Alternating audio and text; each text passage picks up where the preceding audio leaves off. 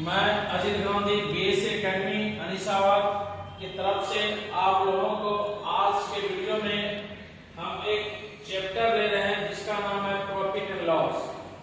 ये आपका profit and loss chapter से हम कुछ सवाल आपको बताने जा रहे हैं। ये आप हमेशा वीडियो देखने का प्रयास कीजिएगा क्योंकि पर डे आपको एक नई वीडियो नए सवाल के साथ मिलते रहेगा। आपके सामने हम सवाल रखने जा रहे हैं प्रॉफिट एंड लॉस से रिलेटेड। जो सवाल आप लोग यदि कोई पढ़े हैं तो अच्छी बात है, जो नहीं पढ़े हैं वो भी पढ़ लीजिएगा। इसमें क्या है, एक जनरल बात है जो हम लोग मार्केट में जब जाते हैं तो परचेजिंग करते हैं। अगर मार्केट में कमाने के पर्पज से जाते हैं तो वहां पे हम लोग प्रॉफिट एंड लॉस की बात करते हैं। आपके सामने ये सवाल जो है कहता है Malika by article for 70 to 100 rupees. दादा मलिका नाम की एक व्यक्ति है जो 7200 रुपया में किसी आर्टिकल किसी वस्तु को खरीद लेता है।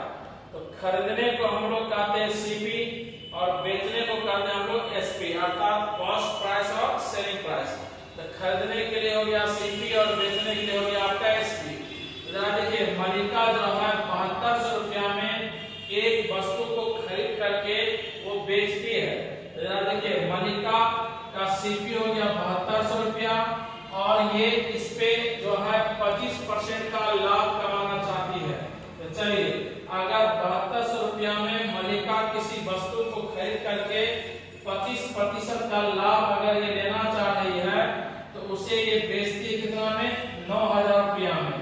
कहने का मतलब मलिका एक मार्केट में बिजनेस करने के लिए उतर चुकी है। इन्होंने घर से जो पूंजी लेकर के गया है ये 7200 रुपया लेकर गया है। तो जब मलिका 7200 रुपया लेकर के मार्केट में उतर चुकी है बिजनेस करने के लिए, इन्होंने 7200 रुपया में एक वस्तु को खरीद करके और उसको 25% लाभ लेकर के इन्होंने क्या किया, बेच दी। ठीक है, बेच दी। उसके बाद इसके पास 9000 रुपया आ गए। बेचने के बाद इन्होंने क्या कि ये 9000 का भी फिर दूसरा वस्तु को मार्केट में खरीद लेती है।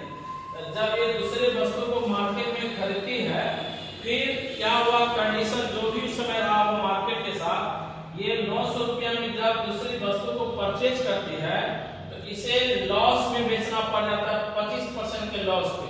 ठीक है, तो ये 900 रुपया में खरीद करके 25% लॉस पे मार्केट में उस वस्तु को क्या करती है, बेच देती है। तो इसको रिटर्निंग पैसा कितना मिला, 6750 रुपया इसको रिटर्निंग आया। तो अगर मलिका अपने आप को कंपेयर करती है कि घर से मैंने जितना पूंजी ले गया और घर हम जितना पूंजी लेकर के लौट रहे हैं, तो दोनों का कंपेयर जब करती है, कंपैरिजन जब होता है दोनों का, इसको पता चलता है कि हम 450 रुपया हम लॉस में जा रहे हैं। तो बिजनेस का यही फंडा होता है कि आपने मार्केट में कितना कैपिटल को इन्वेस्ट किया और मार्केट से आपने कितना कैपिटल को लिया। ठीक है, इन्वेस्ट किया हुआ मनी अगर रिटर्निंग मनी से ज्यादा है तो देखिए इन्वेस्ट किया मनी कितना है, 7200 रुपया, रिटर्निंग कितना है, इतना। तो ज्यादा होगा, इसका मतलब उस केस में आपको क्या हो गया, लॉस हो गया। तो हम घर से पूंजी लगाए 7200 रुपया और घर लौटा करके लाए 6750 रुपया, तो मार्केट में ऑटोमेटिकली आपको लॉस में चले गया। आपका बिजनेस क्या हो गया, लॉस के कंडीशन में चले गया। यही आपका यहाँ पे आंसर बन गया। इसी चीज को अगर शॉर्ट मेथड से अपनाना चाहें, ये आपका फुल्ली कॉन्सेप्चुअल मेथड हुआ, ये आपका ब्रेन में बिल्कुल बैठ जाना चाहिए।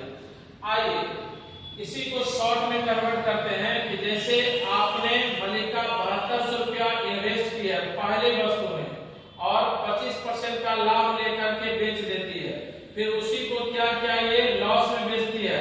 यहाँ पे मैंने क्या किया, 7200 गुना 125 बटा 100 गुना लॉस कितना आपका 25% का। तो लॉस 25% का तो 75/100 कर दिया मैंने, काट करके आपका 6750 रुपया आया। 7200 में मैंने 6750 रुपया घटा दिया, ये 450 में मार्केट में लॉस में चले गए।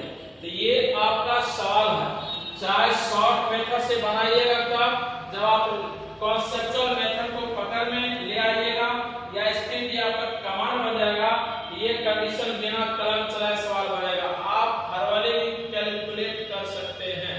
ये आपका आपके सामने एक सवाल का सॉल्यूशन। इसी प्रकार हम अगले वीडियो में ऐसे ही सवाल लेकर के आएंगे और बिल्कुल फुल्ली कॉन्सेप्चुअल सवाल बताएंगे आपको बाय कॉन्सेप्ट, और उसके बगल में आपका शॉर्ट ट्रिक भी लिखा रहेगा।